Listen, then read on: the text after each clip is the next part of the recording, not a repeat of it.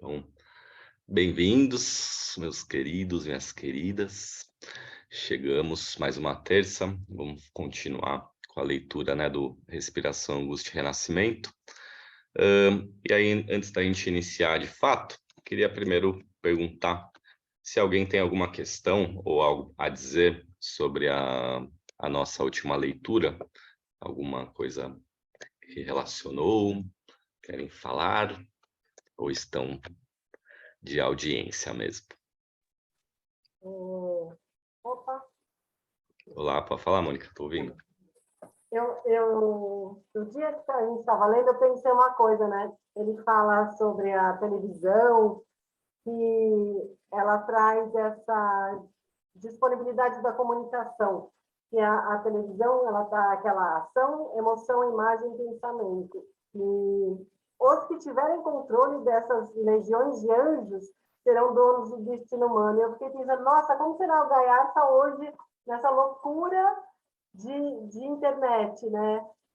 Imagina, ele já falava isso da televisão, né?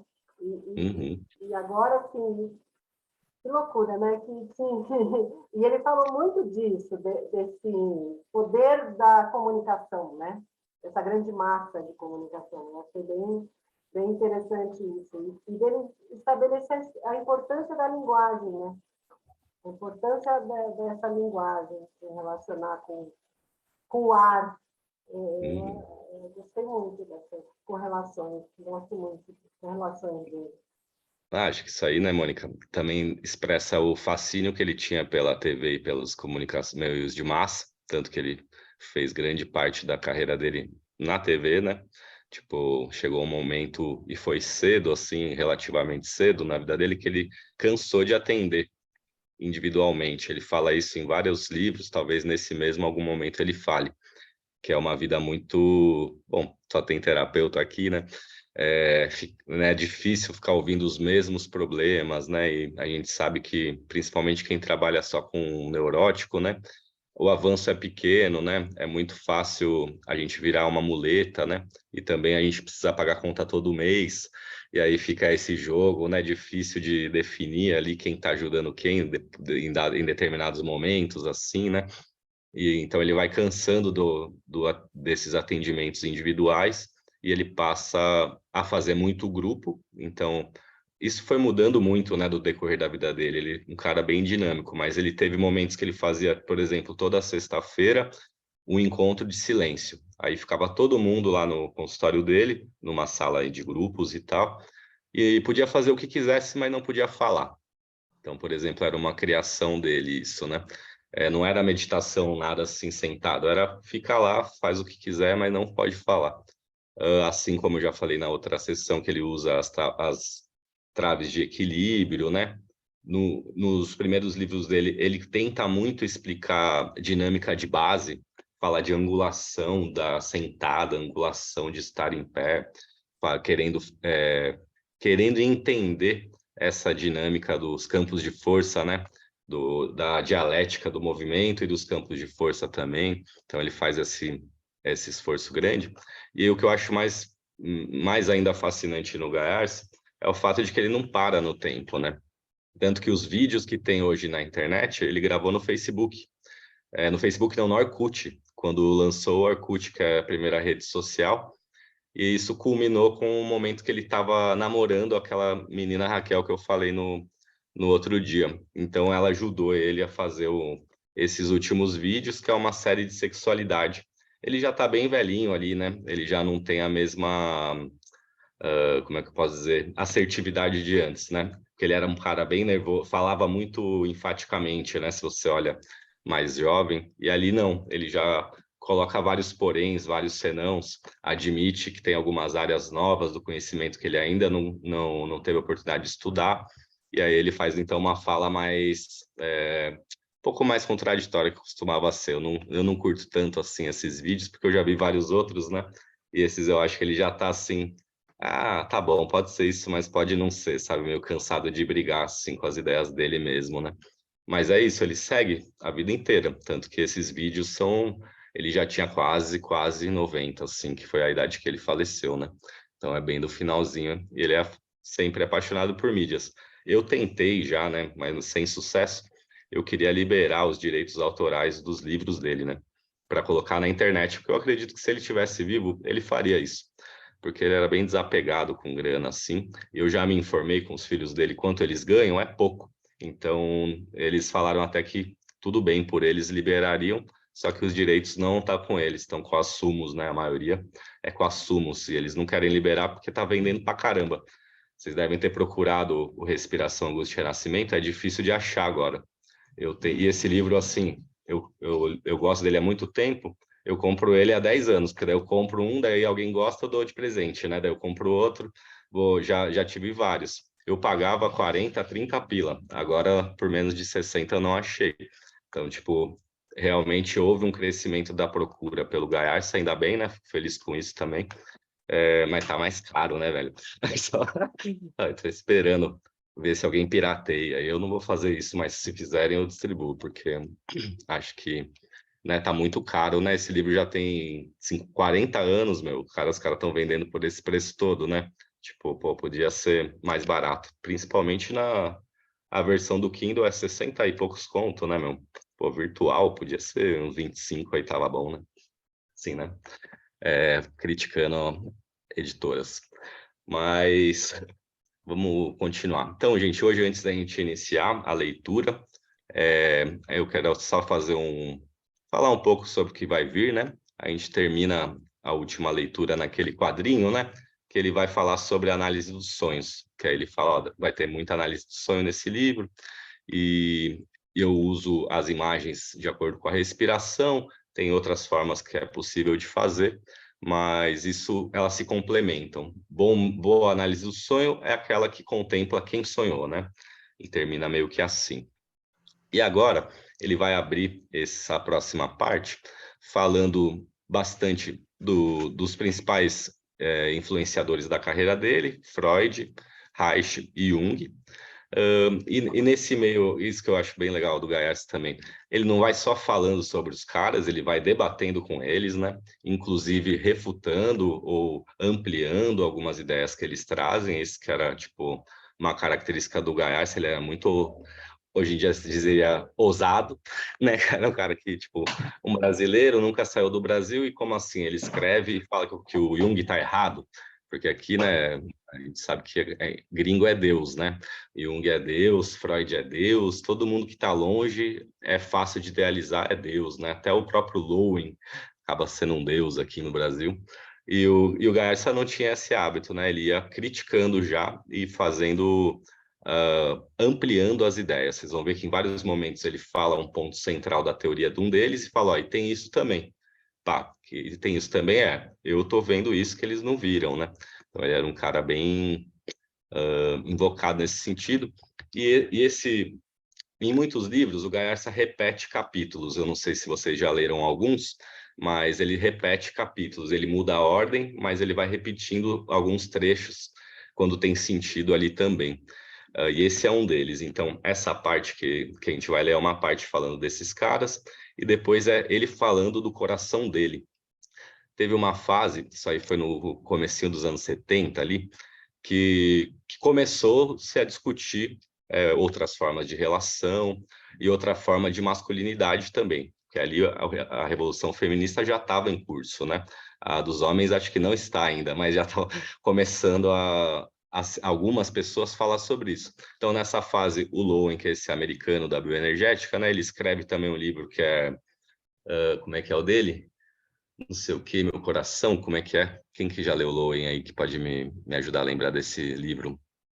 E aí o Gaiarsa, ele escreve também, antes um pouco, esse livro que é Sexo, Reich e Eu, que é onde ele vai falando sobre essa perspectiva dele de casamento. Ele está começando a entrar numa onda mais libertária. E a gente vai ver nesse texto que ele já traz esses indícios também. Então, para começar, gente, vamos no seco mesmo? Pode ser? Só esquenta a mão um pouquinho. Respira um pouco mais.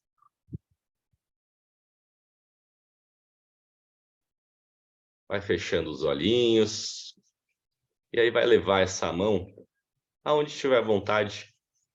A gente vai fazer uma massagenzinha, se acalmar um pouco, se concentrar.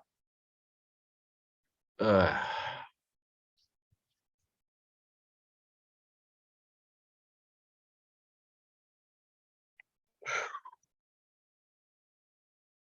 Ai, ai.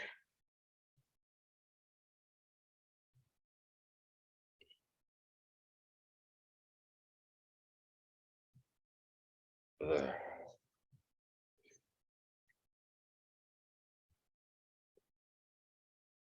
Hum.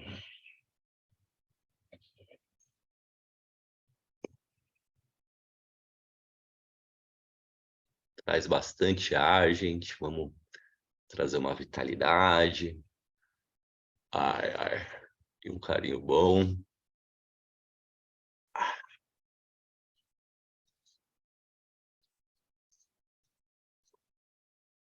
Ah.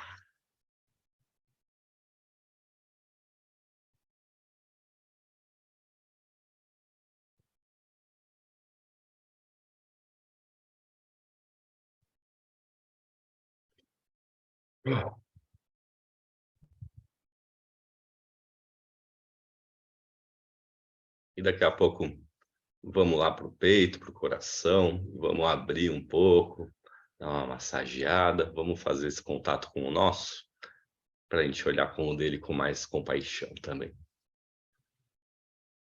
Ah.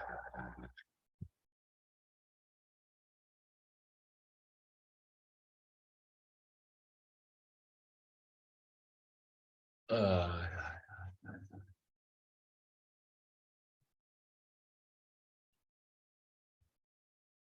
Hum.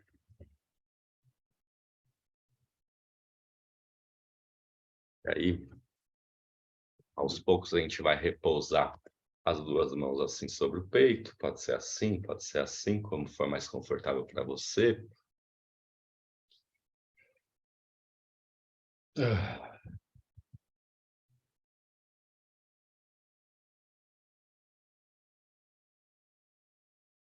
A gente vai fazer contato com a primeira coisa que passa na nossa cabeça quando a gente pensa, eu quero.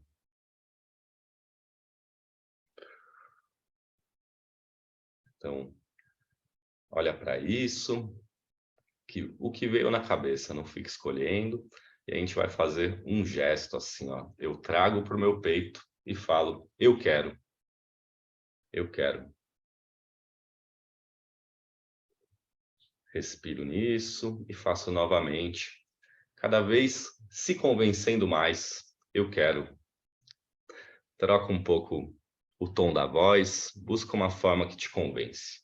Talvez mais firme. Eu quero, eu quero. Ou mais macio também. Ah, eu quero. Pode deixar a expressão do rosto se contaminar, um sorriso, quem sabe. Estamos falando do desejo, né? Eu quero. Eu quero. Ah, quando você achar o tom que cabe melhor aí, repete ele umas 3 vezes. Ah, eu quero. Quero.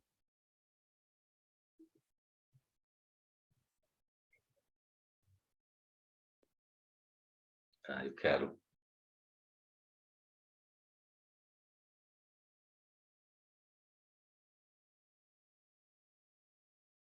Quero.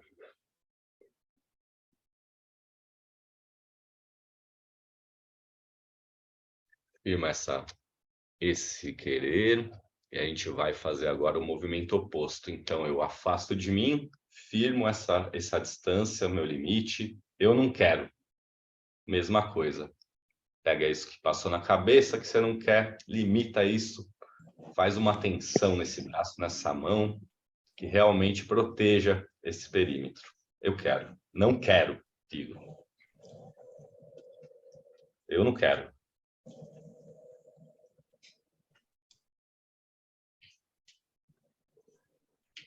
Não quero.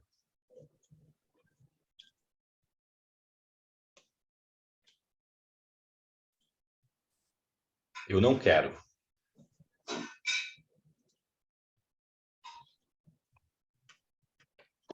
mesmo esquema, vai trocando o tom até achar o tom certo para esse movimento. Eu não quero.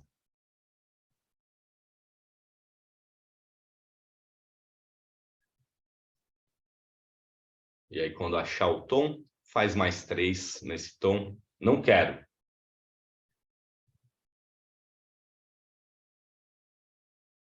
Não quero.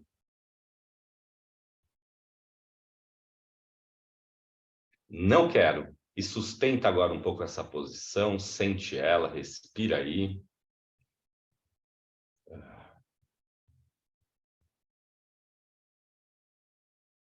Não quero. Tenta se convencer de que se eu tentar entrar aí nesse limite, você não vai deixar. Então, corpo inteiro está protegendo esse espaço. Eu não quero e não vai passar.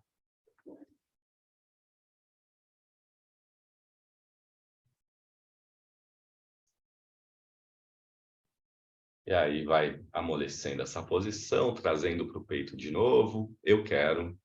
Sente como é que é aqui, fica um pouquinho também. Pode ser parado mesmo.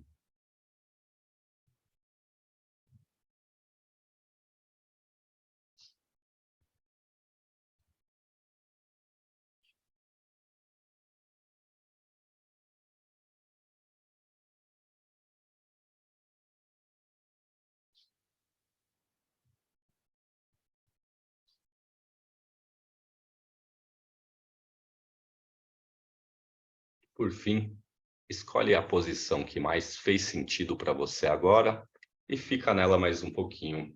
Então, ou não quero, ou eu quero. E agora respira bastante nisso, integra todas essas sensações.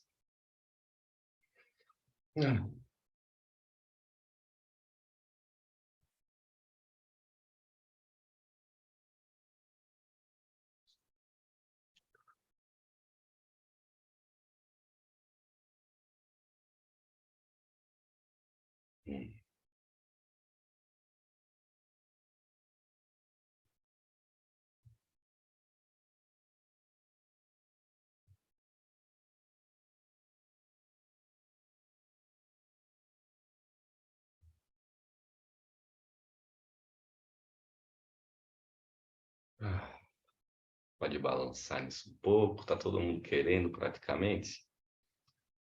Só a Mari que tá rejeitando. Beleza.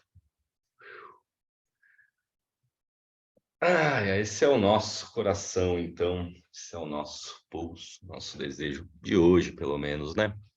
Pelo menos o de agora. Alguém quer falar sobre isso? Tocamos.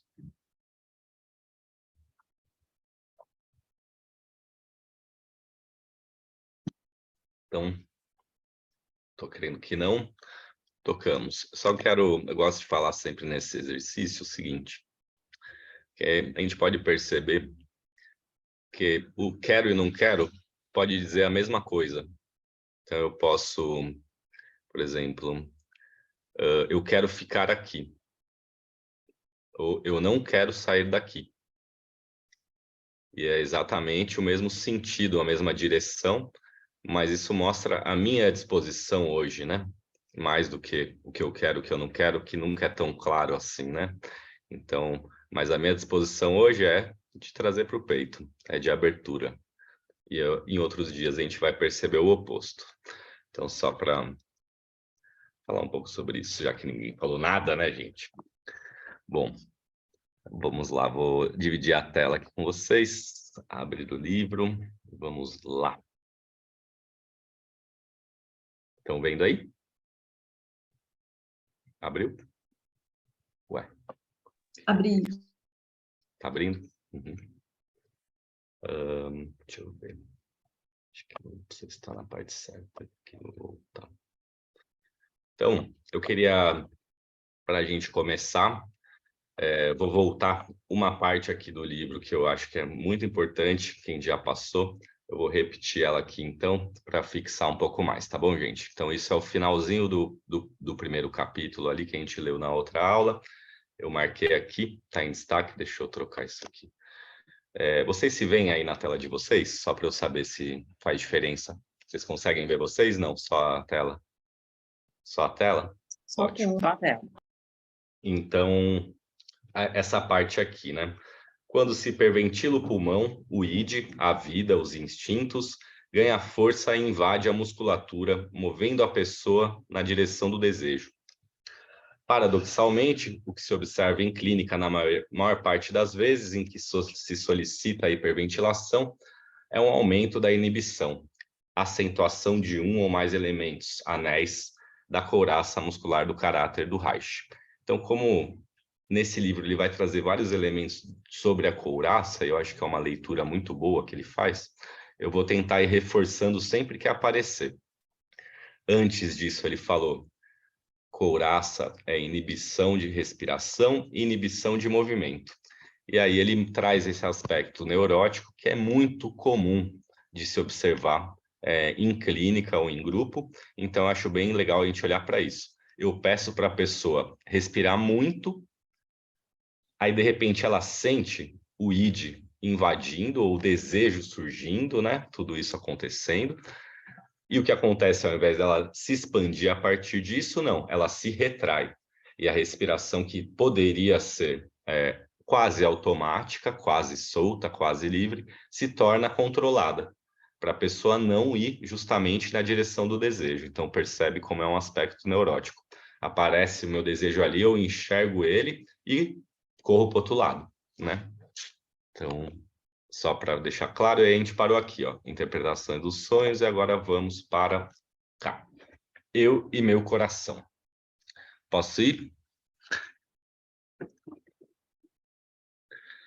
Fui um angustiado crônico durante metade da minha vida, e tudo que está escrito aqui veio do meu sentir e do meu sofrer.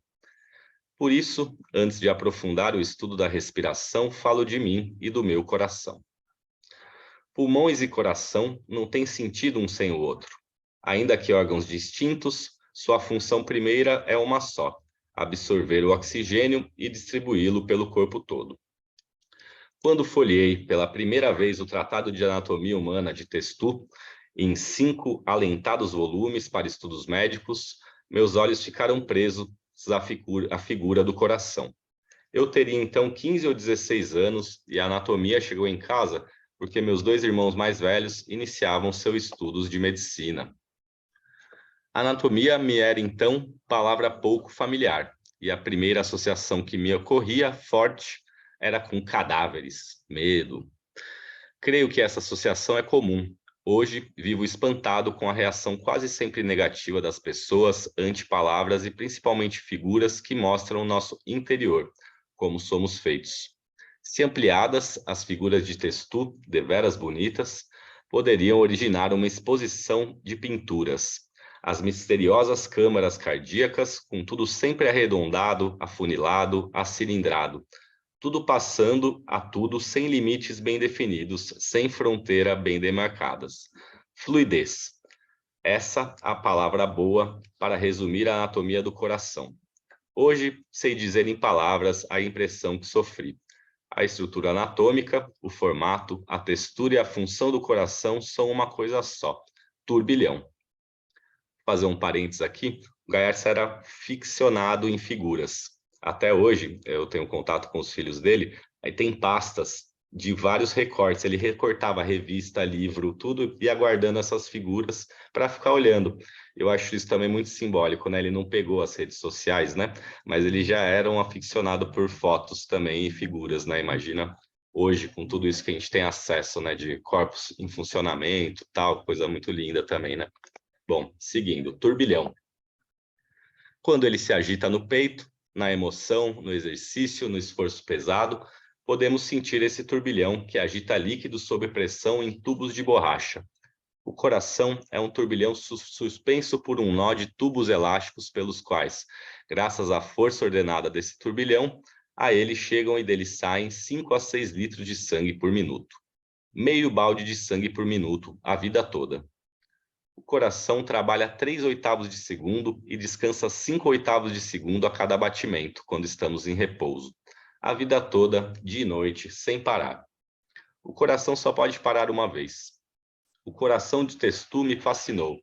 Até hoje, olho para aquelas figuras desejando participar do seu segredo, de sua força, de seu movimento, de sua vida. O coração é incrivelmente forte. No segundo ano do meu curso médico, eu tinha 22 anos. Entrei por acaso e fora do horário de aula em um laboratório de farmacologia, onde haviam acabado de fazer experiências com um cão ainda vivo, mas condenado à morte.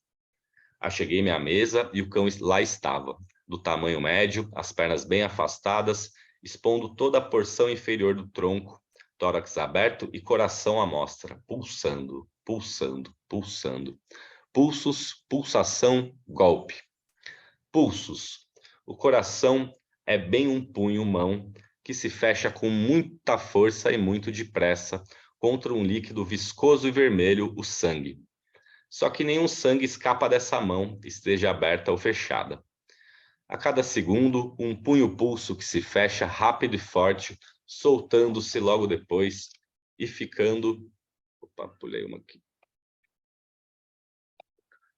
Mole, mole como o próprio sangue, para endurecer no fim do mesmo segundo como pedra que vibra. Pedra porque duríssimo, mas vibrante na sua dureza, que não dura mais do que 0,3 de segundo. Foi essa minha sensação quando, movido não sei por quais motivos, me aproximei do cão e tomei seu coração em minha mão direita. Senti em minha mão o coração do cão pulsando e fiquei espantado com sua força e com sua incessância. O coração não cessa de pulsar, só no fim, só uma vez. Se durante a sístole cardíaca eu quisesse fazer com minha mão o esforço feito pelo coração, na certa eu não conseguiria ser tão forte nem tão rápido quanto ele. Minha mão não tem a força que contrai o coração. Depois de uma vida longa, com muitos momentos de aguentar coisas, conter os próprios sentimentos e emoção, segurar a vontade de chegar, de pegar, de contatar, não dizer o que se pensa, não fazer o que se deseja, não, não, não, e meu peito retraía-se, diminuía, encolhia. O desejo deveras mora no peito, e em nenhum outro lugar. Se o peito não almeja, se não respiro livremente, o coração não pode desejar, o coração funciona mal. Fica oprimido. Falo do coração, falo do sentimento, falo das sensações que moram no peito. Vivi com essa opressão muitos e muitos anos. Parecia ferida aberta, doendo e sangrando sempre, e eu puxando o meu ombro esquerdo para junto do corpo, na boa intenção de proteger o coração. Não percebia que ao protegê-lo, eu o apertava ainda mais. Era preciso segurar aquilo que em meu peito queria expandir-se. Minha vida, meu sangue, derramando-se pelo meu corpo. Minha vida, o ar respirando, difundindo-se por mim. Isso é o que pode sentir como vida. Sentir o sentimento e a sensação de estar vivendo. E é bom, e é forte. Mas isso eu aprendi depois. Naquele tempo, eu queria proteger meu coração e ele doía mais, não podia pulsar. Eu freava meu coração e meus desejos e eram uma coisa só, não duas. Eu pressenti, sabia e temia. Vou morrer do coração. E olhava para o meu coração como meu inimigo mortal. Ele podia me matar. É que meu ato de protegê-lo era medo, de que ele pulsasse mais. Fica bonzinho e calmo, pelo amor de Deus. Senão eu não sei mais o que fazer. Passarinho protegido pela gaiola. Quem pode acreditar numa coisa dessas? O meu estava assim e doía. E o peito, a gaiola, o preço, pesado, difícil. Eu não estava vivendo, eu estava morrendo. Não existe o ficar esperando, só existe viver ou morrer. Era um trabalho insano sobreviver, navegar entre esses turbilhões de vida e morte. Era deveras como navegar um mar bravio, em pequeno barco agitado como o mar. Foi assim que me imaginei muitas e muitas vezes, mestre amador de um barco pequeno pesqueiro, navegando sozinho em mar tempestuoso e noite escura. Só havia uma coisa a fazer, manter o rumo. Eu tinha nas mãos a roda do leme, e diante de mim a luzinha esverdeada da bússola. A agulha não podia oscilar. Cabia a mim corrigir a cada instante os desvios de rumo que o mar grosso impunha ao pequeno barco. Barco pequeno, frágil na aparência, mas bastante seguro e muitíssimo arredondado e feito para navegar em água. Tratava-se do meu coração e meu respirar, juntos, a vida em meu peito. Nosso peito contém a cada instante e em todos os instantes 5 a 6 litros de ar e 2 litros de sangue, distribuído entre o coração, os grandes vasos e o pulmão. Água, sangue em movimento, onda. Ar em movimento, vento. Onda e vento, mar. O barco era meu coração e o mar minha respiração, agitada, atormentada, que a fantasia do pequeno pesqueiro configurava, permitindo que eu vivesse com ela, ensinando-me a viver com ela. Aprendi primeiro, treinando durante muitos anos, a flutuar, a boiar, a garantir o pequeno barco que era meu coração. Nas horas de tempestade mais feroz, eu conseguia me dizer: relaxe, respire, não segure, e cumprir as orientações. E quando a gente se deixa flutuar, o medo é menos pungente, ele vai passando, ele não fica preso. Ele não prende a gente. E aí dá para aguentar o medo. Mas demorou muito e no resto do tempo eu continuava protegendo o meu coração. Aos 42 anos, notícia de que meu pai sofrera um infarto. Morávamos em cidades diferentes, distantes 1 hora de carro. Durante a viagem, sofro dores no peito mais agudas que nunca e me digo, amargurado e estoico ao mesmo tempo. Vai ver que morro também, antes dele. Meu pai, que não morreu nessa ocasião, foi influência positiva em minha vida e negativa também. Com ele aprendi a não julgar as pessoas, a aceitar as coisas com certa equanimidade, a acolher com maciez. Meu medo de morrer do coração continuava. Não era frequente, mas era fundo. Era quase desejo. Viver mal dá vontade de morrer. Aos 45 anos, começo a sentir sintomas inequívocos de hipertensão arterial. O exame clínico confirma, ligeira. Mas o medo, o desejo não era ligeiro. Amadurecia implacável a certeza de morte pelo coração, traiçoeira. Seria ele meu inimigo, apesar de tudo que eu fazia para protegê-lo? Seria eu seu inimigo, sempre contra tudo que ele desejava? A hipertensão durou poucos meses e passou.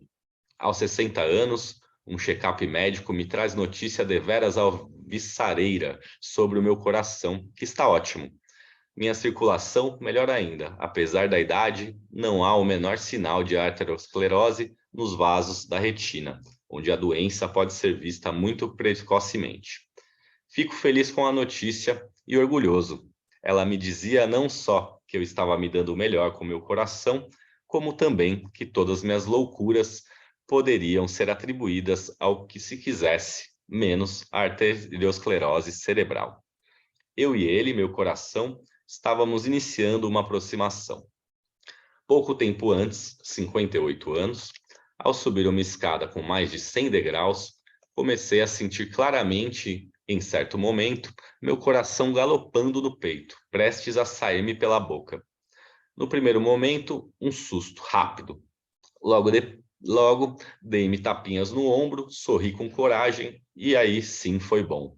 Montei no meu coração, que galopava como um cavalo. Sentimos ambos a vertigem de sua potência, forte e vibrante, a força de meu turbilhão vital. Meu peito expandiu-se muito. Há muitos e muitos anos, quase morri num dia em que fiquei feliz. O peito foi se expandindo tanto que fiquei com medo de que aquilo, a felicidade, não fosse caber no meu peito. Eram sentimentos, eram sensações no peito. E segurei, claro. É muito difícil aprender a soltar. É muito difícil sentir felicidade. Ninguém deixa. Nunca fomos ensinados. É proibido. Em horas de meditação motora e corporal, nas quais procurava me sentir, esbarrei várias vezes com sensações no coração que me deixavam em pânico. Sempre de aperto até a morte. Assim parecia. Eu fazia de tudo para desapertar, soltar, liberar-me daquele peso de morte. e forcejava e tentava abrir o peito quase com a força das mãos, na pura força. Mas assim não se abre o peito. Assim o peito não se abre, muito menos o coração. Se ele está apertado, fui aprendendo, então é preciso apertar um pouco mais, um pouco, e junto. Mas fazer isso com o próprio coração, sobretudo quando ele já está apertado, é difícil. É preciso ter muita coragem para, ou muito medo de, contrariar o coração. E aí a gente começa a aprender a obedecê-lo. Se ele está apertado, que não se tente abri-lo à força. Se sempre que ele queria se abrir, eu me assustava e o segurava, por que será que depois eu me amedrontava quando ele insistia em se fechar? Se agora ele está apertado, é porque precisa. E o que se pode fazer por ele é apertá-lo um pouco mais, como alguém que empurra o amigo que hesita ou que ajuda o amigo cansado a andar. Depois que a gente aprende a ir com ele, ele começa a vir com a gente. E depois de apertar junto, quando a gente solta, ele se solta. Apertar o peito não é uma metáfora, quer dizer endurecer o tórax, ou apertar o peito com as mãos ou com outro gesto, conforme o que parece ser melhor no momento. Mas é um esforço corporal, muscular, não é apenas mental. Ele está se referindo aí a uma técnica bem utilizada assim nas corporais, que é colocar a pessoa para respirar barriga para cima, pedir para a pessoa trazer o ar mais para o peito e fazer uma compressão ao mesmo tempo. É uma forma de gerar fadiga na musculatura para liberar essa musculatura do peito, por isso que ele está fazendo essas figuras. A gente deixa pressionando lá, tipo, 3 minutos, assim, e aí essa musculatura respiratória vai entrando em fadiga, porque tem que fazer força contra a pressão, e aí quando a gente para com a pressão, ela está cansada pela fadiga e expande a respiração. É uma técnica que o Gaessa utilizou de várias formas, a gente vai ver mais para frente. E tem uma coisa interessante aqui, ele teve um problema na pleura do pulmão. O Gaessa fumava muito, isso desde de jovem. E aí, com essa idade aqui, ele não fala aqui, mas tem outros livros que ele fala, ele tem esse problema no pulmão e ele passa a fazer natação. Por isso que ele também vai falar de boiar ali, né? Ele nadava quase todo dia. Então, era a forma que ele achou para conseguir manter a homeostase antes dele conhecer a respiração circular. Que aí, quando ele conhece a respiração circular, é a técnica que ele passa a se dedicar até o fim da vida, né? Não que ele não tenha nadado mais, ele continuava nadando ainda de vez em quando. Vamos lá. Antes de ir junto com ele, durante muito tempo, fui tentando compreender e desfazer a força que eu fazia com o ombro para protegê-lo. Foi uma longa e tortuosa história, mas andou, soltou, ajudou. Acho que querer amar muito e encontrar muito amor ajudou mais que tudo. Querer expandir o peito, sentir o coração galopando como o cavalo do cavaleiro andante, de ânsia de busca, de heroísmo, de fogo de vida cheia, densa, forte. Querer amar é isso. Os amores se sucediam, cada qual um pouco menos tímido. O coração se abria. Um dia, deitado, relaxado, fico apreensivo e sinto que posso morrer a qualquer momento. Estou até inclinado a morrer, de vingança. Então começo a me entender verdadeiramente com meu coração. Sinto claramente que estamos, eu e ele, resolvendo se convém parar ou não, se é hora. Sei que poderia ter escolhido morrer, e teria morrido com meu coração parando, mas não foi isso que nós, eu e ele, enfim concordamos, de amigo para amigo, com muita confiança recíproca. Depois, em outro dia, foi o contrário. Comecei sentindo toda a minha árvore arterial pulsando. Uma árvore como se fosse de borracha, com 1000 galhos inteiramente ocos. O tronco da árvore de borracha está enraizado no coração, e sua copa tem a forma do nosso corpo. O meio copo de sangue que o coração ejeta na circulação a cada pulsação estufa essa árvore cheia de sangue, e sempre cheia de sangue. E a onda se propaga pela árvore toda, pelo corpo todo, podendo ser sentida. Isso que, ao ser dito, Parece aula causou na prática uma sensação impressionante. Aos poucos, minha percepção foi se concentrando no coração, e por um tempo fiquei a senti-lo, envolvido em certo pasmo diante daquele turbilhão incessante que me mantinha vivo sem que eu pedisse ou quisesse, sem me pedir nada. Minha vida sempre aí, interminável, gratuita. Aí quase nos personificamos, eu e ele, e ficamos muito comovidos junto. Comovidos, né? Movidos juntos. Bom, vou seguir aqui. Alguém quer falar alguma coisa antes?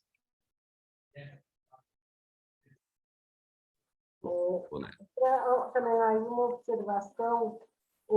Tem uma técnica do relaxamento de Jacobson, né, que ele fala isso: contrai, contrai, contrai, contrai e relaxa, contrai, contrai, contrai e relaxa. E aí eu meio que lembrei dela, né, quando você falou, quando o Gaiaca fala aí dessa história do contrair o peito, contrair, contrair, contrair. Né, talvez tenha essa relação. Na física, a gente tem uma técnica também para buscar um alongamento maior muscular, que é uma técnica que você faz contrai, contrai, você resiste nessa contração, e quando a pessoa relaxa, você consegue um alongamento maior. E aí, fisiologicamente mesmo, né? Isso é comprovado. E Técnica de compressão coisa, também, né, Mônica? De compressão, de respiração, não só essa do peito, mas tem várias na físio também, né? E uma coisa bem legal, até se eu achar a imagem, não sei se alguém já viu, tem um pessoal que está fazendo dissecação das fáscias, do tecido facial, e eles dissecaram o coração, e eles viram que o coração é uma membrana só, não sei se vocês já viram essa imagem. Ele é uma membrana que se enrola e ele desenrola, e é uma só, não são várias camadas, né? É uma que se enrola nela mesma. E é super bonita essa imagem, porque vem da embriologia, né? Desse coração se envolvendo, e ele vem muito dos nossos, da parte, quando a gente é embrião, da parte dos braços e do tórax. Então, por essa relação que a gente fala de abraçar o coração, é uma relação que já vem lá do embrião mesmo, né? Lá das camadas faciais, embrionárias. E aí, quando ele fala disso, assim, ele é muito poético, né? Essa parte é muito. E Enfim. a gente na bio também, né, Mônica? A gente considera o coração parte do segmento torácico, que os braços também entram, né? Então, tem essa dimensão também, né, de trazer para o peito, ou de afetiva mesmo, assim, da gente poder abraçar e tal, né? Na frente, principalmente, né? Vou seguir, então, vamos lá. Eu quero perguntar uma coisa, por favor. Fala aí, Mônica. Mariana, desculpa. Só rapidinho. Ô, Mônica, depois você manda esse desenho no grupo para nós ali. Pode ser? Fala, Mari. É que você falou, tipo assim, a pessoa, você coloca ela deitada no chão e você aperta, mas se for eu fazer comigo, é só eu chegar e fazer assim e ficar me apertando? Aí é mais fácil deitar de barriga para baixo. E ficar deitado de barriga para baixo, respirando fundo. E aí vai guiando a respiração para o peito. E você vai sentir essa resistência do chão ali. Aí você continua. Um tempinho você vai ter o mesmo efeito também. Entendi. Beleza. Parecido, né? Parecido, porque não vai ter ninguém assistindo ali, né? Mas o efeito fisiológico é o mesmo, né? Beleza? Vou seguir então, gente. Então agora vai para falar dos caras, né? 3 grandes espíritos. Este capítulo procura demonstrar que Freud, Jung e Reich, 3 pioneiros da psicologia profunda, ao mesmo tempo que ignoraram a importância da respiração, mostraram em seus estudos e análises clínicas que de algum modo a percebiam, de forma inconsciente. Aponta também vários erros ou impropriedades das teorias respectivas daí decorrentes. A omissão da respiração, que é total em Freud, atenua-se em Jung, desaparecendo em Reich. Este reconheceu, em princípio, o valor central da respiração, mas não se dedicou a pormenorizá-lo. Outros sim, a ligação entre respiração e fala, ou palavra, é frouxa em Reich, quando, ao meu ver, ela é fundamental. Então, bem Gaerção, já metendo pau nos 3 assim no primeiro parágrafo. Aí essa parte é demais, ó. O sonho fatídico de Freud. Até onde me é dado saber, Freud nunca se deu conta da fenomenologia respiratória. Nunca lhe passou pela mente buscar os possíveis correlatos mentais de tal fenomenologia. De outra parte, pode-se dizer que a psicanálise estuda somente a angústia e tudo o que fazemos a fim de não senti-la. Estuda, a meu ver, todas as insuficiências respiratórias funcionais. Note-se, estuda exclusivamente a ansiedade e os mecanismos neuróticos formados para controlá-la. Logo, ela afirma a respiração o tempo inteiro. Para que a tese proposta seja universalmente válida, como se pretende, deve-se encontrar nos escritos de Freud referências a fatos pertinentes, ainda quando faltem as interpretações correspondentes. Com esse propósito em mente, escolhi para exame um sonho clássico do próprio Freud, descrito por ele mesmo. É um trollador, né, velho? Fala a verdade. O texto encontra-se nas obras completas do autor, no primeiro volume da tradução espanhola, editada em Madrid. Excluí o que não servia à minha demonstração. Então, esse sonho o Freud escreve dia 23 para 24 de julho de 1895. No auge dele, né? Um hall amplo, muitos convidados, os quais recebíamos. Entre eles, Irma, da qual me aproximo logo, a fim de responder sem perda de tempo a sua carta e reprová-la por não haver aceito ainda a solução. Digo-lhe, se ainda tens dores, a culpa é toda sua. E ela me responde, se soubesse as dores que sinto agora na garganta, no ventre e no estômago, sinto uma opressão. Assustado, observo-a com atenção. Está pálida e entumecida. Penso se não me passou desapercebido algo orgânico. Levo-a para junto de uma janela e disponho-me a examinar sua garganta. De início, resiste um pouco, como fazem, nesse caso, as mulheres com dentaduras postiças. Penso que Irma não precisa delas. Por fim, abre bem a boca e vejo, à direita, uma grande mancha branca. E em outras regiões, singulares escaras acinzentadas, cuja forma lembra a dos cornetos nasais. Meu amigo Otto acha-se agora ao meu lado, e meu amigo Leopold percute Irma por cima da blusa. Percutir é aquelas batidinhas assim, né? E diz, há uma zona maciça à esquerda e uma parte da pele infiltrada no ombro esquerdo. Sinto o fato tão bem quanto ele, não obstante o vestido. Esse é o sonho que ele descreve, né? Essa zona maciça e tal é o barulho da percussão, né? São os termos que eles usam, né? A figura central desse sonho é indiscutivelmente Irma, que pouco tem a ver com a Irma real. A doença está situada exclusivamente na garganta e no tórax, isto é, fonação, respiração. O próprio Freud atribuiu a esse sonho um valor extraordinário. Seu livro sobre sonhos é tido por quase todos como a mais fundamental de suas obras, visto que esse é o primeiro sonho examinado por Freud no livro e também, segundo a obra, o primeiro sonho submetido por ele a uma análise rigorosa. Repetindo, toda a doença de Irma está situada na garganta, na boca e no tórax, isto é, nos lugares onde nasce a palavra e por onde nos relacionamos com o espírito, o ar. Esse sonho é por demais dramático. Muitos e muitos anos antes do fato, ele prenunciava o câncer mandibular, depois com metástases pulmonares que torturaria Freud durante muito tempo antes de matá-lo. Jung e Fromm, entre outros, deixam bem claro o que Freud negava-se a reconhecer: a espiritualidade do ser humano, elemento tão primitivo quanto os demais instintos estudados pela psicanálise. O livro Reich Speaks of Freud contém dados muito significativos para a tese que proponho. Limito-me a transcrevê-los. Freud fumava muito, 20 charutos por dia. Sempre senti que ele fumava não por nervosismo, mas porque ele queria dizer alguma coisa que jamais chegou a seus lábios.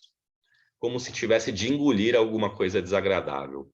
Morder, engolir, não exprimir jamais. Ele era muito polido. incisivamente, polido às vezes, incisivo, meio frio, mas não cruel. Aí ele desenvolveu o câncer. Se você morder com o músculo durante anos, os tecidos começam a deteriorar e aí surge o câncer. Como se ele ficasse se mordendo, ruminando mesmo, né? Freud era infeliz de vários modos. Primeiro, sentia-se preso pelos seus discípulos e a sua associação. Não podia mais mover-se.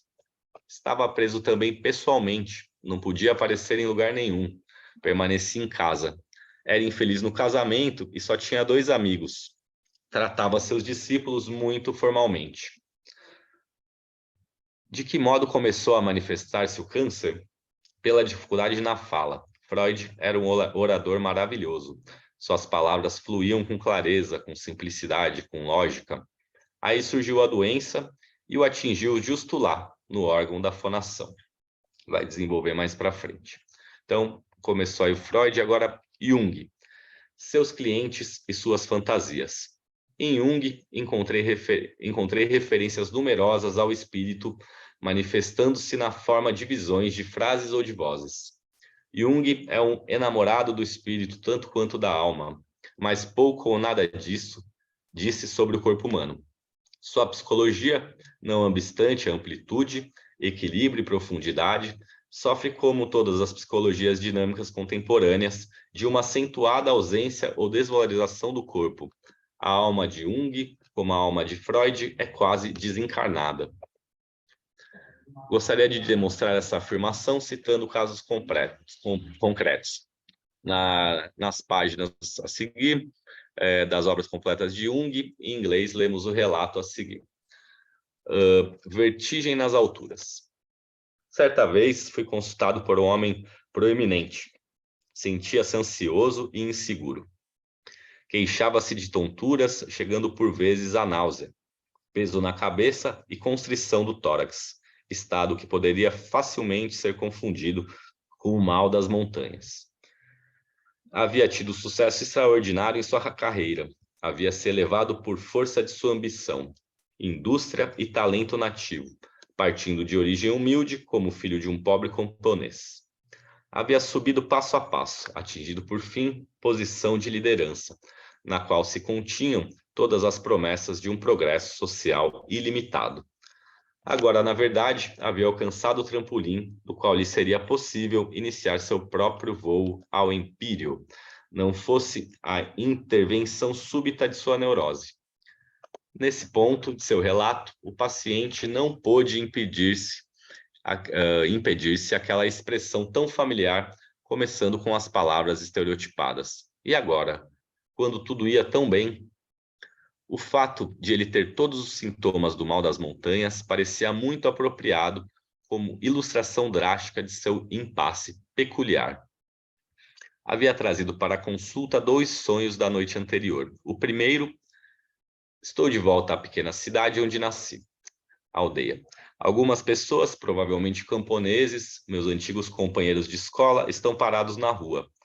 Passo por elas fazendo de conta que não as conheço. Então escuto uma delas dizer, enquanto aponta para mim: ele raramente volta para nossa aldeia.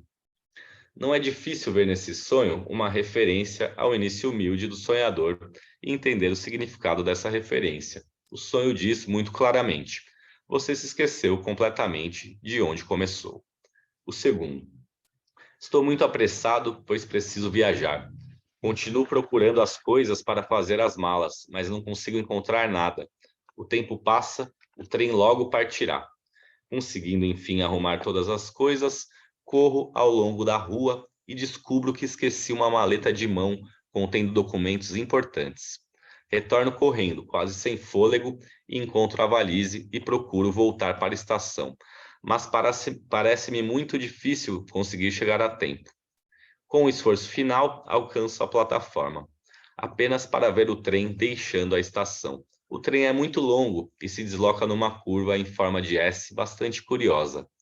A meu ver, se o maquinista não prestar atenção e abrir muito vapor, quando alcançar a reta, ao ganhar velocidade, os vagões traseiros, ainda fazendo curva nesse momento, serão arremessados para fora dos trilhos. E acontece exatamente assim. O maquinista dá vapor à máquina. Tento gritar para avisá-lo, mas os vagões traseiros, com um ruído horroroso, descarrilam. Há uma catástrofe terrível e eu acordo apavorado.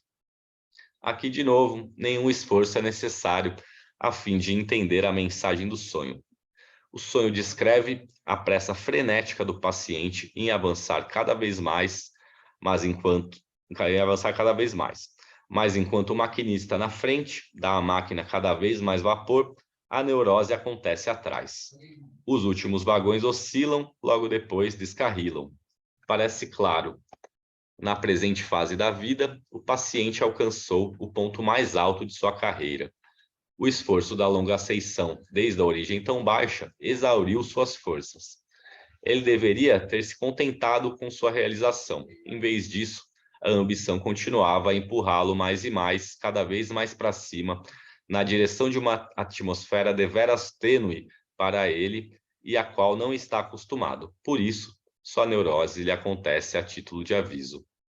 As circunstâncias impediam-me de tratar desse paciente. Além disso, meu modo de considerar seu caso não o satisfez. A verdade é que o seu destino, retratado nos sonhos, aconteceu na vida real. Aí está. Essa parte era o Jung, né? Volta o Gaerce. Aí está. Jung descreve com muita precisão clínica todos os elementos necessários para caracterizar uma forte insuficiência respiratória. Recordo ao leitor a etiopatogenia do mal das montanhas. Quanto mais subimos em relação à atmosfera, mais rarefeito é o ar e menor quantidade de oxigênio por unidade de volume. Para aquele que sobe, cresce a sensação de asfixia em função da altura alcançada. Em vez de verificar como era a respiração do paciente, Jung se satisfaz com o valor alegórico da sintomatologia. Podemos, inclusive, com os elementos oferecidos por Jung, descrever com bastante precisão a atitude habitual do paciente, principal responsável pela própria insuficiência respiratória. Esta é devida muitas vezes, em casos como esse, a uma hipertonia dos músculos intercostais da coluna dorsal. Elementos integrantes da atitude do orgulhoso. A atitude de superioridade tem como característica não só a cabeça levantada, mas também o peito inflado, os ombros altos para trás e para fora. Posição de inspiração forçada persistente. Então seria algo assim, né? Uma coisa totalmente disforme, que foi atrapalhando o funcionamento da musculatura respiratória do cara, uma atitude crônica, isso que o Gaerce mesmo vai chamar depois de um afeto posturalizado, né? Uma identificação com uma posição, com um afeto, né? Nesse caso, a postura do orgulhoso é bem clássica para ele. Sabe quem a gente consegue observar bem essa postura aí? No começo, né? Agora não, Bolsonaro, que sempre aparece com uma base muito estreita, os pés muito próximos, se você olhar, ou seja, sem segurança na posição nenhuma, um peito estufado, fingindo uma potência ali, né? O imbrochável. E essa carinha para cima, assim, né? A gente vê que a saúde dele não é das melhores, né? Peraí que me perdi aqui na crítica, gente. Podemos oferecer por Jung. Tá, vou voltar aqui. Podemos, inclusive, com os elementos oferecidos por Jung, descrever com bastante precisão a atitude habitual do paciente, principal responsável pela própria insuficiência respiratória. Esta é devido a, muitas vezes, em casos como esse, uma hipertonia dos músculos intercostais e da coluna dorsal, elementos integrantes da atitude do orgulhoso. A atitude de superioridade tem como característica não só a cabeça levantada, mas também o peito inflado, os ombros altos para trás e para fora, posição de inspiração forçada persistente. Aliada ao desdém ou ao desprezo, constitui associação extremamente comum, que é claramente insinuada no primeiro sonho, no qual o paciente despreza os seus antigos companheiros, passando por eles como pavão diante dos frangos. Na primeira metade do segundo sonho, vemos com igual clareza o paciente mantendo uma atitude crônica e de alerta. Parece estar sempre se preparando para algo urgente. Ponha-se o leitor na postura de quem, já atrasado, espera algo importante, capaz de acontecer a qualquer momento e será fácil perceber o tórax mantendo-se quase imóvel durante toda a duração da espera. De novo, pois, atitude de inspiração crônica. Note o leitor quantas vezes se lê pressa na segunda metade do sonho. Recorde a seguinte etimologia de pressa: pressão, opressão, compressão. Na segunda metade do sonho, elemento importante é o excesso de pressão na locomotiva. Parece bastante fácil aliar esse fato a um tórax habitualmente em posição de inspiração forçada. Igualmente fácil ligar esse excesso de pressão à mesma atitude, já descrita, de esperar ou de impaciência, estando sempre pronto para desabafar, isto é, sempre ansioso porque não conseguiu expirar. Tivesse Jung pedido uma contagem de glóbulos vermelhos de sangue desse paciente, encontraria muito provavelmente uma hiperglobulia, indício de que o paciente respira mal. Né, fica muita célula vermelha porque tem uma captação deficiente de oxigênio. E aí, para tentar melhorar essa difusão, né, o corpo produz muito mais glóbulo, né? A hipóxia crônica pode acarretar um aumento de número de glóbulos vermelhos do sangue. Hipóxia é quando a gente está respirando mal, né? No mal das montanhas, acontece exatamente a mesma coisa. O aumento do número de glóbulos vermelhos ocorre quando a atmosfera se rarefaz, mas ocorre também na atmosfera comum, quando respiramos insuficientemente durante longo período. Podemos dizer, essa pessoa era levada por um espírito forte, um espírito incapaz de dobrar-se, isto é, uma coluna vertebral pouco apta a fletir-se e um tórax pouco apto a expirar. O movimento de expiração é passivo e sugere entrega. Indivíduos com tal coeficiência de atividade iniciativa, como o paciente do Jung, estão dispostos a lutar até o amargo fim. São incapazes de desistir, mesmo quando a desistência impõe-se. Nada horroriza mais essas pessoas que o abandono e a entrega. Por isso, entre outras razões, esses pacientes respiram muito mal. Proponho ao leitor a releitura do caso. O elemento respiratório, agora elucidado, ressaltará melhor. Se tivesse ouvido uma explicação como essa, preliminar e genérica, teria o paciente desistido do tratamento como de fato desistiu? É-nos dado, por esse caminho, mostrar quanto o paciente é responsável pelos seus sintomas e, ao mesmo tempo, quanto ele não o é. Seu gênio ou temperamento é seu, reconhecido e em certa medida desejado. A expressão somática, atitude, e a consequência fisiológica, insuficiência respiratória, são inconscientes e certamente não desejados. Mas se vê em ato, e se pode mostrar para o indivíduo a relação necessária entre as duas séries de fatos. Talvez se sinta a vítima, ao mesmo tempo culpada e absolvida. Eu quis, mas não tive culpa, né? É fácil perceber quanto é adequada essa abordagem quando ela navega entre o Sila do que é isso? Entre o Sila do você é culpado e do Caríbdis do culpa é a vida. Pô, vamos ver o que quer dizer isso, gente, que eu não sei. Pesquisar no dicionário. Sila, o mesmo que confrontar. Sila. Então, emboscada, armada, a pessoa a quem se engana para atrair a ela. Cilada, então, assim, né, nesse sentido. E Caríbdis, não, nem o dicionário sabe. Então, a gente vai procurar depois. Então, vamos lá. É fácil perceber quanto é adequada essa abordagem quando ela navega entre o Sila de você é o culpado e o Caríbdis do culpado é a vida. A voz de Deus. Na autobiografia de Jung, existem numerosos elementos úteis ao nosso tema, sem contar o estranho fascínio exercido pela autenticidade dessas confissões, sua linguagem direta, seu conteúdo, a um só tempo ingênuo e profundo. Primeiro, um caso sintético. Certa ocasião, tratei de uma esquizofrênica idosa, na qual me era dado ver distintamente o fundo de personalidade normal. Essa pessoa não podia ser curada, só era possível cuidar dela. Todo médico, afinal, tem pacientes sem esperanças, em relação aos quais só lhe resta aplainar o caminho para a morte.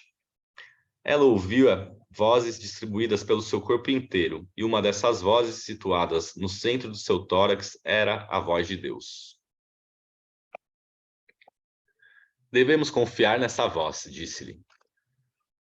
Atônito ante minha própria coragem, em regra, a voz emitia comentários bastante razoáveis, e com seu auxílio eu conseguia lidar muito bem com a paciente. Certa vez a voz disse: deixo pô-lo à prova sobre a Bíblia. Ela trouxe consigo uma velha Bíblia, poída de tanto manuseio, e a cada visita cabia-me apontar-lhe um capítulo para ler. Na vez seguinte, fazia-lhe perguntas a respeito. Procedia assim durante 7 anos, uma vez a cada 15 dias. De início, sentia-me muito esquisito nesse papel, mas após algum tempo, compreendi o significado dessas lições. Deste modo, mantinha-se ativada sua atenção, salvando-a de mergulhar mais fundo em seu sonho desintegrador. Após 6 anos, o resultado foi o seguinte: as vozes, previamente espalhadas pelo corpo todo, confinavam-se agora na metade esquerda, enquanto a direita se mostrava de todo silenciosa. Além disso, o fenômeno mórbido não se duplicara à esquerda, permanecia como originalmente. Daí, devemos concluir que a paciente foi curada, ao menos metade dela. Foi esse um sucesso inesperado, pois não havia imaginado que tais exercícios de memória pudessem produzir o efeito terapêutico. Walter Gaiarsa, nenhuma ilustração sintética melhor para a nossa digressão prévia. Não só a voz de Deus no centro do peito, como ainda essa voz permitindo o diálogo entre médico e paciente, mas dirigindo o processo terapêutico. Não seria essa mesma voz de Deus? Assinalemos bem a coragem de Jung em fazer-se de louco, surpreendente para ele mesmo. Um sonho do próprio Jung. Segue a descrição. Era noite. Em um lugar desconhecido, eu avançava lenta e penosamente contra um vento poderoso. Névoa espessa ondulando por todos os lados. Minhas mãos, em taça, envolviam pequena chama, ameaçada de apagar-se a todo instante. Tudo dependia de poder eu manter viva a pequena chama. De repente, senti algo vindo atrás de mim. Voltei a cabeça e vi uma figura negra e gigantesca a seguir-me. Mas, ao mesmo tempo, sabia, a despeito do meu terror, que devia manter essa minha chama através da noite e do vento, não importando nenhum perigo. Ao acordar, descobri logo que o gigante era um espectro de Brocken. Sei lá o que é isso. Minha própria sombra projetava na névoa flutuante. Deixa eu tentar achar isso aqui. Não sei também. Vou dar uma pesquisada, depois eu vejo. Ao acordar, descobri logo que o gigante era um espectro de Brocken. Minha própria sombra projetada na névoa flutuante, criada pela pequena luz que eu levava. Então tá aí a explicação, né? Percebi também que essa luz era a minha consciência, minha única luz, meu próprio entendimento e meu maior e único tesouro, mesmo sendo infinitamente pequena e frágil, comparada aos poderes da sombra, ainda assim é luz, minha única luz. Belo sonho, Walter Gaiarsa, né? Certamente. Gostei demais dele quando li. E não era só apreciação estética ou orgulho do meu pai. Senti, ao lê-lo, o orgulho do discípulo que em certo momento ultrapassa o mestre. Vento poderoso e chama de vida, respiração. É o próprio resumo deste meu livro. Mas Jung enganou-se na interpretação em parte. Aproximadamente 1 ano antes de ler esse sonho, tive uma fantasia bastante semelhante. Era preciso cuidar de uma chama de uma pequena vela levada por mim. Eu temia que a chama pudesse apagar-se ou a vela terminar. Seria a minha morte. Não havia vento poderoso contra mim, tampouco névoa. Meu fantasma, meu medo, era o fim da vida da vela. Era o fim da vela. Pendurou o medo enquanto sentia a chama depender de meus cuidados, de minhas mãos. Depois, qual aurora a luz fez-se? Que chama é essa? Perguntei-me. Minha vida. Eu a fiz? Não. Eu a mantenho? Não. Cuido para que ela não termine? Em parte, sim. De onde vem minha força e minha capacidade de cuidar? Da chama. Então é ela que cuida de mim? Não, não é uma pergunta, né? Então é ela que cuida de mim. Enquanto eu arder, ela arder, eu estarei vivo, fortalecido pela sua força, aquecido pelo seu calor, iluminado pela sua luz. Vê, leitor, quão mais sábio foi o discípulo que o mestre?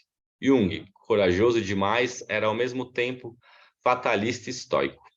Para os corajosos, é preciso que haja grandes perigos e grandes sofrimentos. Ao defrontar-se com grandes perigos, fatalidade, maior se faz o herói. Ao encontrar com grandes sofrimentos, melhor se tempera a coragem. Por isso, oscilava Jung continuamente na vida e na clínica, na teoria e na prática, entre a sensação do valor decisivo de suas ações e a sensação de um destino gigantesco e impessoal, de todo inacessível ao controle humano. No momento vivido, Jung era o próprio herói das decisões e dos pensamentos inesperados e salvadores, fora do tempo. Ao meditar a sós, era o profeta da eternidade a repetir-se eternamente igual, o arquétipo. Jung, como a esquizofrênica, lutou até o fim contra o grande vento, sem muita esperança. Podemos dizer tenha sido defensor do espírito individual contra o espírito coletivo, que é, hoje, mais forte do que nunca. Imagina hoje. Com tantos meios de comunicação, a influência pode hoje o grande espírito do coro alcançar, avivar e controlar os pequenos espíritos mais do que nunca. Vento poderoso, pequena chama. Mas não pensou Jung no poder da pequena chama. Só ela, alimentando-se do grande vento, pode aquecer e iluminar. Onde reina, solitário, o vento poderoso, só há negrume, atroz e frio gélido. Louvado seja o vento poderoso que alimenta a pequena chama. A pequena chama não pode viver sem ele. Viver do vento é próprio da pequena chama e sua essência.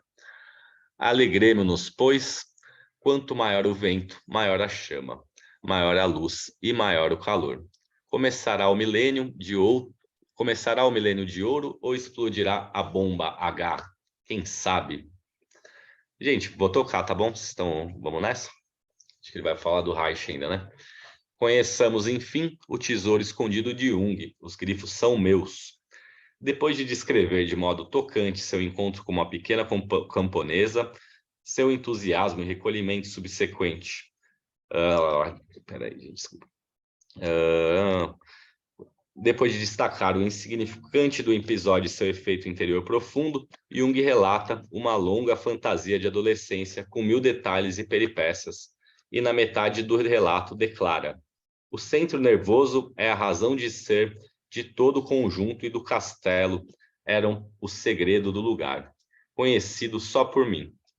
O centro nervoso e a razão do ser de todo o conjunto e do castelo eram o segredo do lugar, conhecido só por mim. O pensamento me ocorre como um choque, dentro da torre mestra, estendendo-se desde as ameias em cima até a adega abobadada embaixo. Havia uma coluna de cobre ou um cabo de arame grosso, tão calibroso quanto o braço de um homem, dividindo-se no topo em ramificações as mais finas, como uma árvore, ou melhor ainda, como raiz mestra, com seus minúsculos filamentos inserindo-se ao contrário, isto é, voltados para cima. Do ar, os filamentos retiravam algo inconcebível, que era levado pela coluna de cobre para baixo até a adega. Aqui eu tinha outro aparelho inimaginável, espécie de laboratório, no qual se produzia ouro com aquela substância misteriosa, aurida do ar pelas radicelas. Era realmente um arcanjo cuja natureza não podia conceber, nem desejava. Nem se preocupava minha imaginação com a natureza do processo transformador. Com tato e certo nervosismo, eu procurava permanecer de lado em relação ao que ocorria neste laboratório. Havia uma espécie de proibição interior. Supunha-se que ninguém fosse permitido olhar de perto, nem perguntar qual espécie de substância era extraída do ar. Espírito, naturalmente, significa algo inefável, mas bem no fundo não o considerava essencialmente diferente do ar, muito rarefeito. O absorvido pelas radicelas e transmitido pela coluna de cobre era uma espécie de essência espiritual a fazer-se visível lá na adega sob a forma de moedas de ouro. Não era, certamente, nenhum artifício de conjuração, mas sim um segredo venerável e vitalmente importante da natureza, chegado a mim não sei como. Era preciso escondê-lo, não só do conselho dos anciãos, mas, em certo sentido, de mim mesmo. Será preciso comentar? Valham os grifos para alertar o leitor e pô-lo no bom caminho. Limitar-me-ei a discutir alguns pontos obscuros ou contraditórios da fantasia quando consideramos, entre outras coisas, representação do pulmão e da respiração. O pulmão está invertido, bronquíolos para cima e para fora. As moedas de ouro, presumivelmente, representavam pensamentos e palavras preciosas, emergentes de seu interior e temidas por Jung, pois permaneciam como moedas de ouro, isto é, valor genérico. Tais moedas nasciam embaixo, ao invés de nascer no alto, na laringe, na boca. Uma inversão talvez explique a outra. Adolescente ainda, seu pensamento encontrava-se em elaboração tímida, escondido naquela região crítica, o epigastro. Aí havia uma boca, informe a balbuciar palavras inefáveis. Desde cedo teve Jung consciência de seu valor, as moedas de ouro, mas uma consciência negativa, isto é, desde cedo sabia ele aquilo que não lhe importava, a sua verdade foi se gestando lentamente. Se a boca está embaixo, então o espírito sopra às avessas. O espírito da palavra real sopra do pulmão para a boca. Pessoalmente, estranho um pouco essa inversão por dois motivos. Primeiro é anatômico. Veremos o pulmão como um enfisema fisiológico, soma de bolhas de ar contidas no tórax.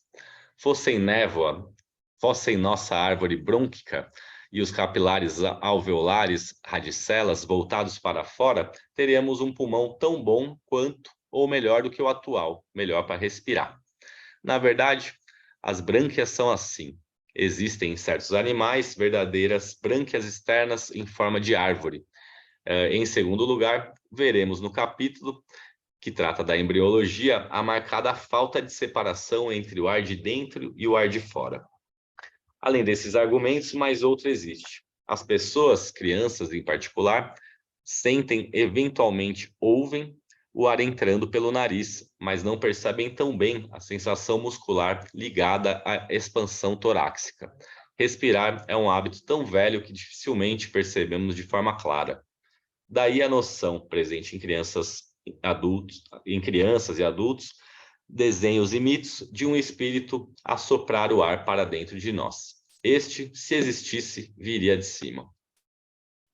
A fantasia de Jung permanece no meio. Os bronquíolos e os capilares estão fora, mas são eles que extraem a substância vivificadora. São, pois, ativos.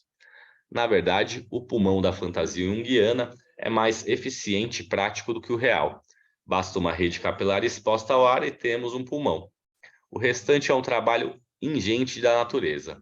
Para proteger essa rede capilar, ele a pôs dentro do corpo, a fim de que não secasse. Depois teve de arrumar modos para obter uma grande atmosfera dentro do corpo. O pulmão oniroide de Jung é a essência do pulmão. Esse pulmão essencial não poderia falar. Jovem demais para saber quais fossem suas ideias próprias, ou, porque jovem, temeroso das próprias ideias, opostas à montanha pétrea das verdades estabelecidas, Jung suprimia ou gestava o próprio pensamento. Serviu o ar para alimentar-lhe a vida, mas não poderia servir para moldar suas palavras. Seria perigoso.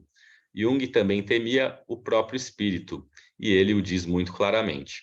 Foi preciso um quase cataclismo interior para que esse espírito, rompendo a abóboda da adega, pudesse alcançar a atmosfera e fazer-se palavra. Está muito claro no livro.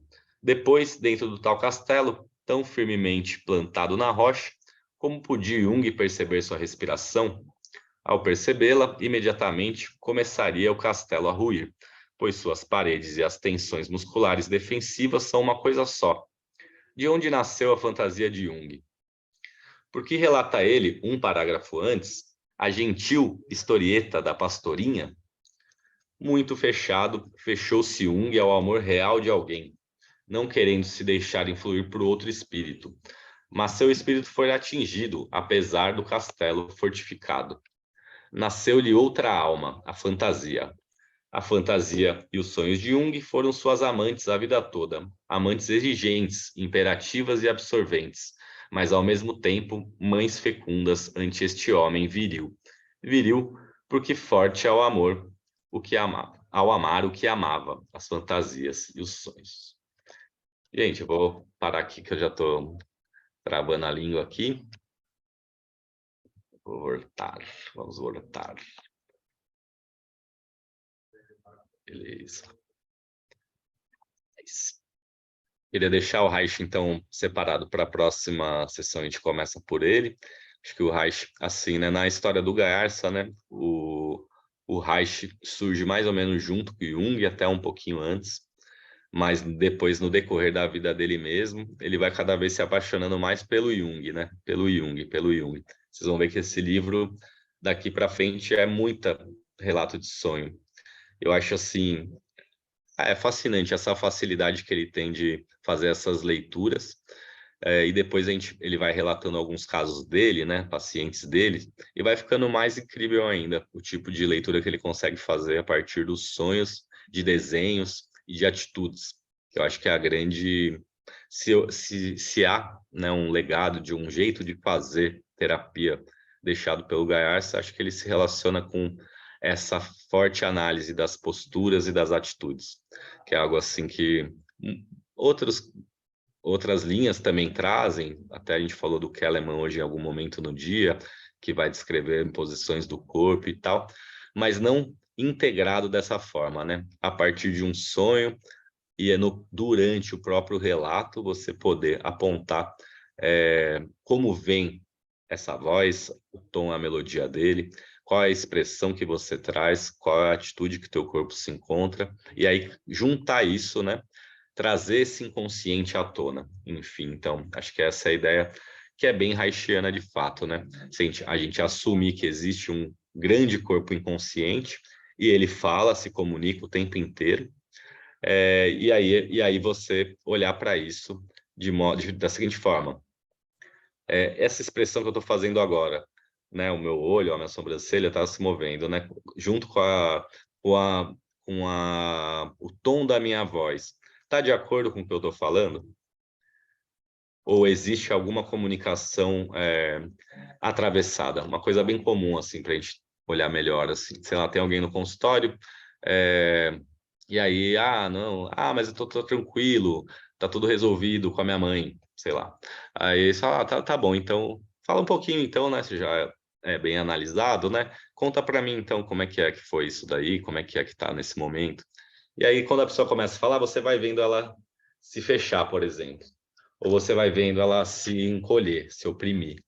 Ou você vai vendo expressões que provavelmente são da própria mãe. Assim, né? Palavras, gestos, expressões que são da própria mãe.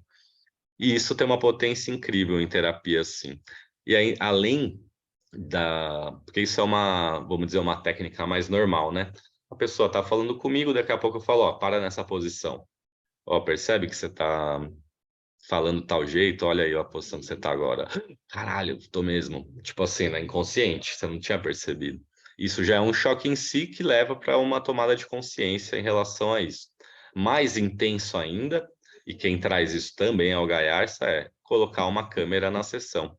E depois, porque aí eu tiro a minha responsabilidade, porque se eu falo isso para você, vamos supor que é minha paciente, eu falo isso. Aí você pega e transfere para mim. Cala a boca, Arthur, você sempre fala isso. Você é que nem meu pai, mano. Sai daqui. Aí, tipo, ok, né? Vamos usar isso para alguma coisa, mas não funcionou. Porque não me deu autoridade, vamos supor, naquele momento, ou não quis aceitar o que eu estava falando, enfim, resistiu, resistências, né?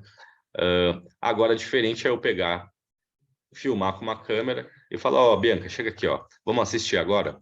Aí você olha e fala, caraca, olha o que eu fiz. Porque é muito claro, de fato, para um olhar treinado, isso vai ficando muito claro. Claro que chegar no nível do Gaiarsa, assim, né, meu, é um sonho, né? Tipo, ele criou essa forma de fazer, né, e por consequência ele vai criando esse olhar, né? Você vê que no primeiro texto ali, que ele está falando do coração dele, ele fala da própria couraça dele, que era esse ombro esquerdo comprimindo toda a respiração e o peito, né? Então ele já vai falando sobre isso, né? E aí que eu acho que é a potência do Gaiarsa, de costurar tudo isso junto. Porque tem gente que é boa de análise corporal, tem gente que é boa de análise de sonho, tem gente que é boa de análise, e ele era bom de tudo. Era claro, né? Esse livro aí ele reescreveu várias vezes, e ali essa última versão foi com 80 e poucos anos, então toda uma experiência acumulada, mas assim, essas análises que ele faz do sonho do Freud, sonho do Jung, é muito anterior. Isso aí é tipo partes de livros que vêm desde os anos 70, que foi quando ele lançou uma trilogia. São os 3 livros que, não vou dizer que são mais importantes, porque tem outros que eu até gosto mais, né? Daí vai muito da tua área de preferência, assim, mas que era o Respiração e Angústia, que chamava, não tinha Renascimento na época, né? Era só Respiração e Angústia. Era Coração e Circulação, que é um livro muito raro de achar, lotado de figura, ele era fissurado mesmo nas figuras, né? Qual que era o terceiro? Respiração, angústia, coração e pulsação. Me fugiu agora, eu vou lembrar na próxima sessão aqui, eu aviso vocês, assim, se vocês quiserem, vocês podem tentar arrumar. Cara, fugiu mesmo, não vou lembrar. Enfim, gente, alguém quer trazer alguma coisa para a gente ir fechando?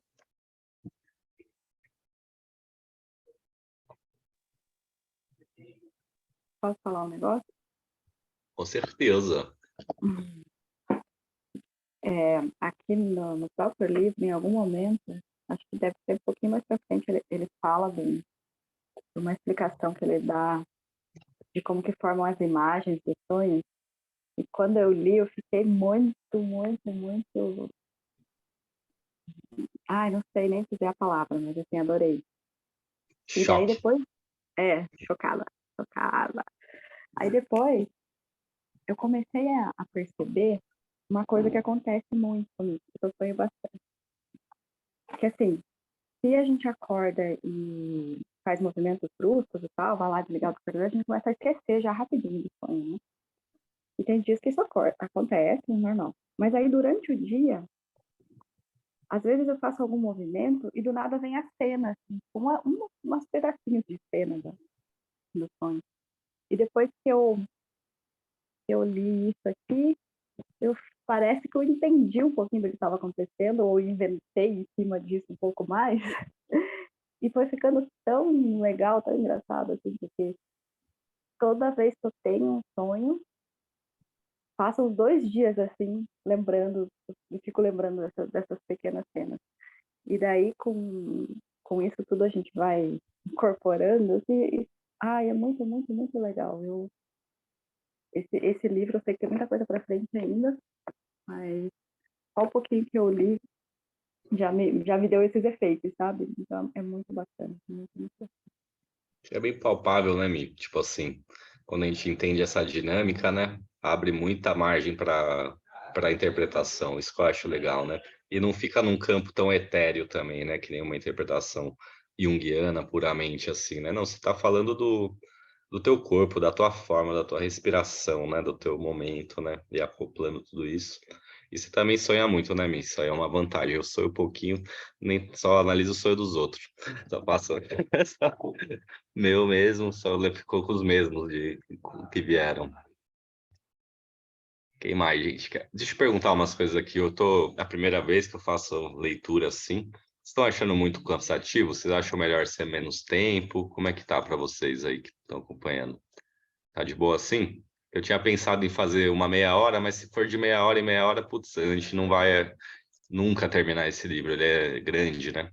Então, achei que é melhor. Hoje eu queria terminar esse capítulo, mas também já estava cansado aqui de ler. Imaginei que vocês também já estavam cansados de escutar, fazer esses recortes.